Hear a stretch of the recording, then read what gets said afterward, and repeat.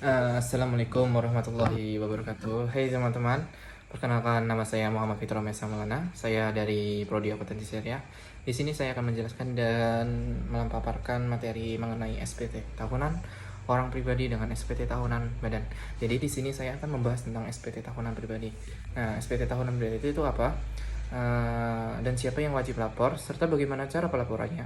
Simak video ini sampai selesai kawan-kawan, biar kawan-kawan ini bisa menerapkan atau bisa lebih tahu tentang cara pelaporannya dan apa kegunaan dari SPT ini. Nah, apa itu SPT tahunan? Nah, SPT tahunan ini adalah surat pemberitahuan tahunan tentang pelaporan pajak penghasilan kita selama 1 tahun. Di sini kewajiban ini diperuntukkan untuk wajib pajak yang punya NPWP ya kawan-kawan. Nah, periode pelaporannya itu dari Januari sampai Maret. Setiap tahunnya itu harus ada pelaporannya di Januari sampai Maret itu. Nah, siapa yang wajib lapor di situ? Yang wajib lapor itu yang pertama itu punya penghasilan di atas NTKP atau 54 juta per tahunnya. Nah, yang kedua yaitu karyawan yang memiliki gaji 4 sampai 5 juta dalam 1 bulan. Ketiga itu punya usaha atau bisnis sendiri, dan terakhir itu punya NPWP. Nah, kawan-kawan, di sini ada beberapa formulir yang perlu kawan-kawan ketahui ya. Itu yang pertama itu formulir 1770 SS. Nah, ini untuk penghasilan dari satu pekerjaan sama penghasilan bruto maksimal 60 juta dalam 1 tahunnya. Ini ada yang kedua. Nah, kedua ini formulir 1770S. Ini nih untuk karyawan yang memiliki lebih dari satu pekerjaan, kayak misal nih freelance juga.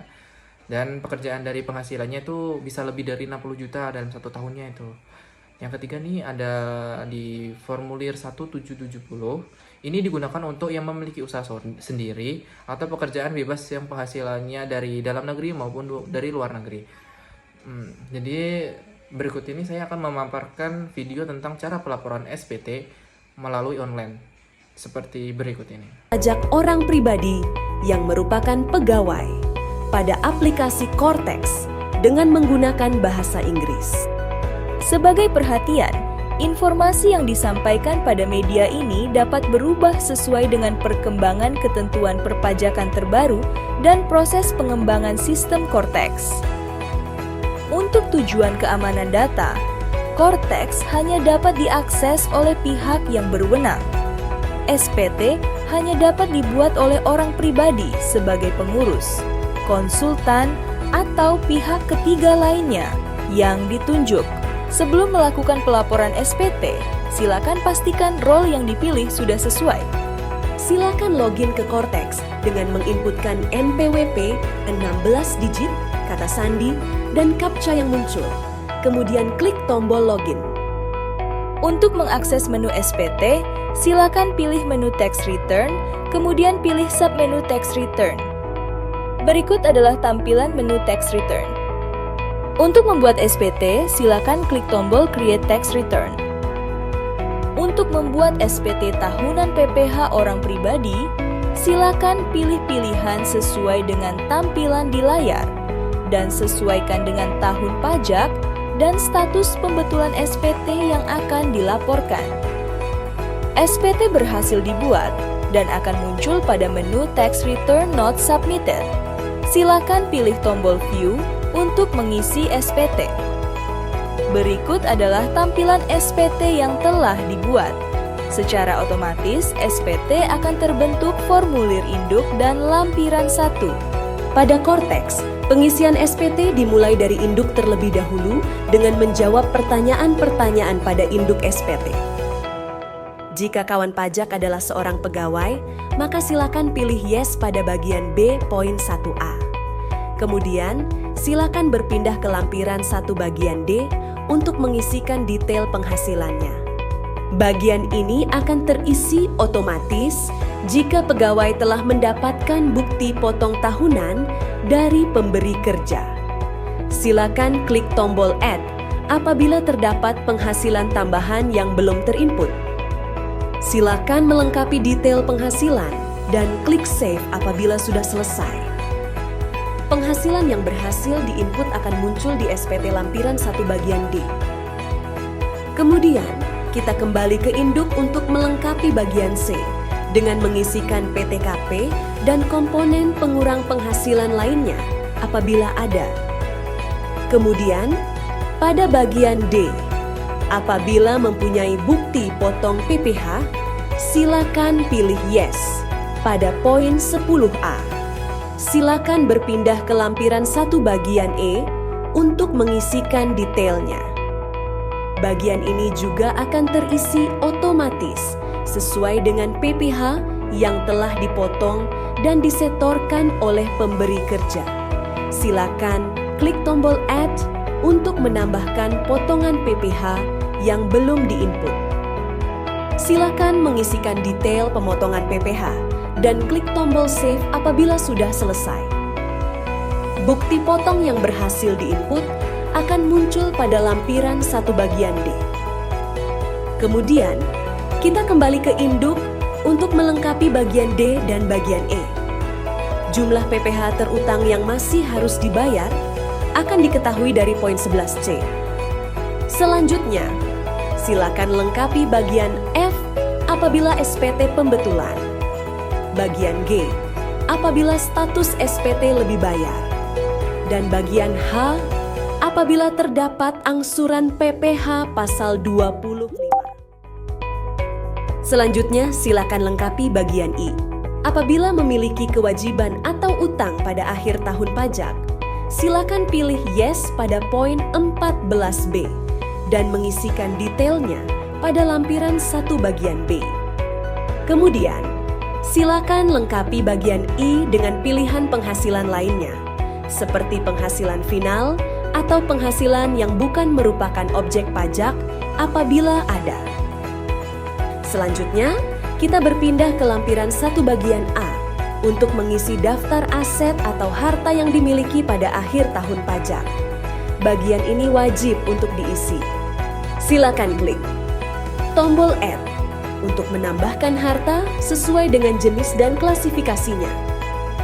Silakan isikan detail harta tersebut dan klik Save apabila sudah selesai. Berikutnya, kita kembali ke induk untuk melengkapi bagian J apabila terdapat dokumen yang akan dilampirkan. Selanjutnya, silakan lengkapi bagian K dengan mencentang kalimat pernyataan dan mengisi penanda tangan SPT. Klik tombol Pay and Submit untuk menyampaikan SPT. Apabila terdapat saldo deposit, maka akan muncul pilihan apakah saldo deposit tersebut akan digunakan atau tidak. Apabila status SPT kurang bayar, maka akan muncul pilihan apakah SPT akan dibayar menggunakan saldo deposit atau dengan membuat kode billing. Berikutnya, silakan memilih dan mengisikan penanda tangan elektronik, kemudian klik tombol Save dan klik tombol Confirm Sign. Selamat, SPT berhasil dilaporkan. SPT yang telah dilaporkan akan muncul di menu Tax Return Submitted. Kawan pajak dapat mengunduh dokumen BPE dan cetakan SPT yang telah dilaporkan tersebut. Jadi gimana kawan-kawan, sudah menyimak tentang video cara pelaporan SPT online? Kalau misalnya kawan-kawan belum paham, bisa aja kawan-kawan ini memutar ulang atau enggak datang ke kantor pajaknya langsung yang terdekat aja. Jadi ada beberapa dokumen yang harus dilengkapi di sini kawan-kawan. Nah, itu yang pertama seperti bukti potongan 1721 A1 dari kantor dan NPWP itu perlu, serta data harta dan hutang kalaunya ada. Kalaunya nggak ada nggak usah. Terus data tanggungan di keluarga itu juga perlu disiapkan kawan-kawan. Di sini nih ada yang namanya itu sanksi kawan-kawan. Nah, jika kalian telat membayar atau tidak sama sekali yang membayar, itu bakalan kalian dapat sanksi. Nah, kalaunya misal nih sanksi di 177 1770 SS itu kena sanksi 100.000 dalam tidak melapor. Terus tuh 1770S itu juga kena denda kawan-kawan. Itu bernilai 100.000 juga. Nah, kalau nya 1770 ini berbeda. Dia itu dikenakan sanksi itu 1 juta karena dia itu kan perusahaan kan atau enggak milik sendiri kan. Nah, di situ. Dan apabila kalaunya kita nggak membayar sama sekali dan atau nggak kita melapor sama sekali, kita tuh bisa dapat sanksi pidana kawan-kawan. Jadi hati-hati ya, kita tuh harus tetap wajib membayar SPT ini ya, atau enggak melapornya kayak gitu kan. Jadi pastikan laporan SPT tahunan ini kalian ini tepat waktu kawan-kawan ya. Kalaunya kalian kesulitan nih, misal nih gak bisa cara lapornya nih, kita bisa datang ke kantor pajak terdekat kawan-kawan, atau enggak kita tuh bisa menghubungi nomor pajaknya, itu ada di Google kawan-kawan ya. Jadi saya bisa menyebutkan ini nomor pajaknya ini biasanya di 1500 200 itu kawan-kawan. Nah, semoga bermanfaat ya kawan-kawan ilmu dari saya. Terima kasih. Wassalamualaikum warahmatullahi wabarakatuh.